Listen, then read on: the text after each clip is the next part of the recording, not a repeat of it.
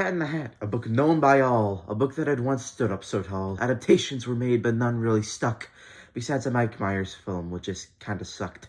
Today I'll discuss the movie in some detail, just so you can get a gist of how the movie derailed.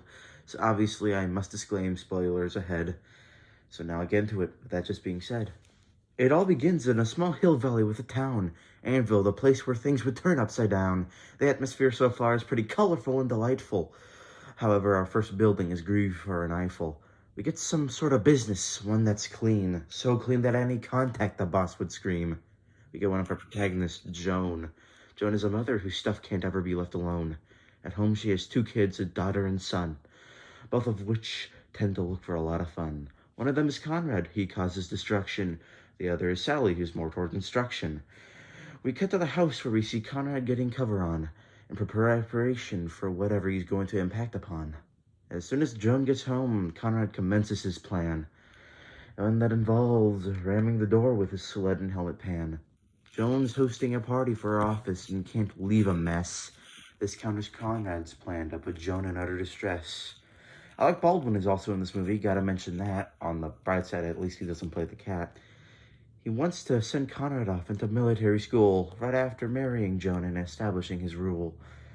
Alec leaves, probably have to go do Boss Baby. Is this film worse than that one? I'd say maybe. The kids are left home with a random babysitter, which of whom is rather weighted and bitter. As Joan leaves to her office once more, the 2 goblin children are left in an endless bore.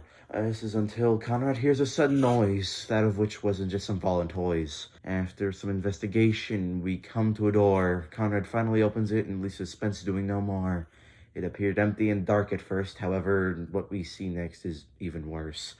The cat, the one you were never waiting for, making his debut as scarier than anything you've seen before. The kids reasonably run away, but the cat is sadly here to stay. He introduces himself with great excitement, giving the kids a promising enticement. A day full of fun and nothing more. Here is medicine to cure the kids' bore. He begins with a song which was mildly disgusting. It even makes me wonder if it was one even worth discussing. Thankfully, though, a fish interrupts. At least not everyone here acts corrupt. After that fiasco, the cat offers a contract, hopefully one that specifies no contact. Failing enough for a kid's movie, he even makes his lawyers present, making the atmosphere just that more unpleasant. The kids sign the paper, while the cat becomes glad. He starts to jump on the couch, which would have made the kids mad. They wanted to have fun, so they joined in with the cat. However, Alec Baldwin came back in, so the fun fell flat. The cat hid from Alec, sticking himself to the ceiling. However, Alec would get an unsettling feeling. As Alec left, they decided to take up cooking, but it ended when the cat swung his knife without looking. They all made a mess, so they must now clean it up. But the cat uses Joan's dress, which he used to scrub. The kids yell at the cat for his mistake, which would not end well. Is he trying to screw the kids over? Honestly, I can't tell. He uses a box to summon Thing 1 and Thing 2. Turns out they came straight from hell. Who knew? The 2 ugly designs, instead of helping clean, decide to turn the house into the worst place you've ever seen. The box had stuff leaking from it, so Conrad was curious. However, this just made the cat a bit more furious. As it turns out, that box ain't ordinary. It's quite magical. It contains consequences that aren't malleable. So obviously Conrad doesn't listen, so he picks the lock. However, the lock hops onto a dog, which away it stalked. In order to keep the box closed, they needed a weight. Turns out the babysitter being there was actually pretty great. Now the group is after the dog, who's got a lock they need. Sadly, the cat isn't all for carrying out the deed. The first place they stop by is a random house party, and thankfully everyone made it unscathed.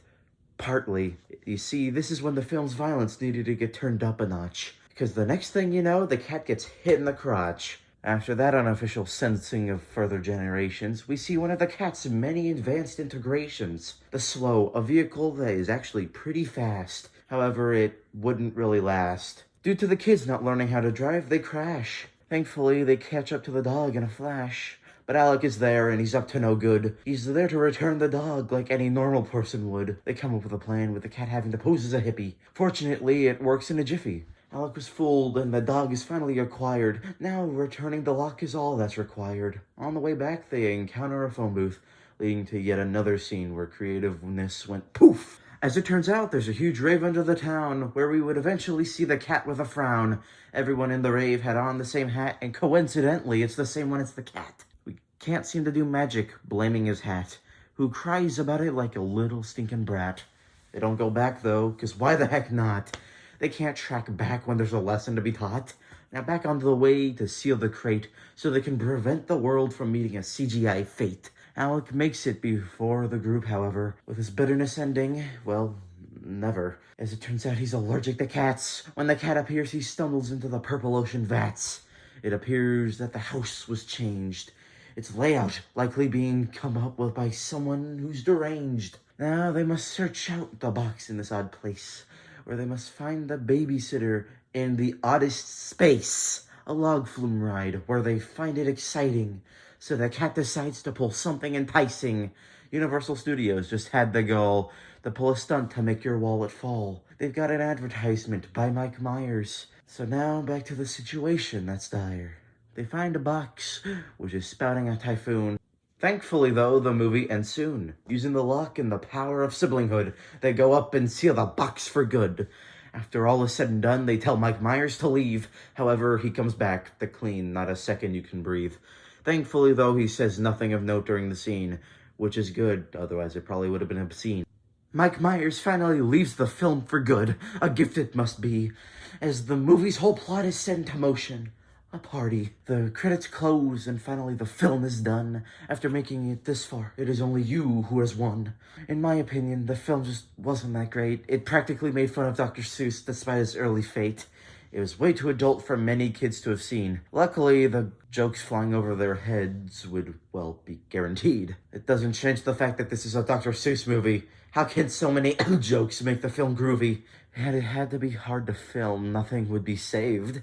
Especially knowing Dr. Seuss would be rolling in his grave. Sure, the movie was capable of message, one that's good, but it's shown in the exact opposite way a normal person should. It even sponsored Universal.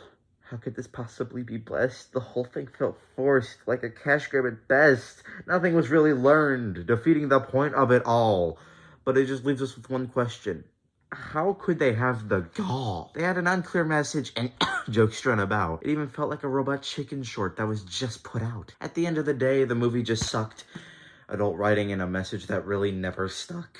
9% on Rotten Tomatoes and the reboot on its way. Hopefully they nail it this time and keep Mike Myers away, which is what I would have said had the film not just disappeared. Turns out the cat in the hat can never not get smeared. Adding to the big old cherry on top of it all, the cat even won an award. Most annoying non-human character. That I can hop aboard. That was The Cat in the Hat, a 2003 creation, one that most likely hurt our great nation. For this film, I must give a rating, for I must quit my constant delaying. 3 hats out of 10 cats. With this, I was generous only a bit. I brought you this, so now I quit.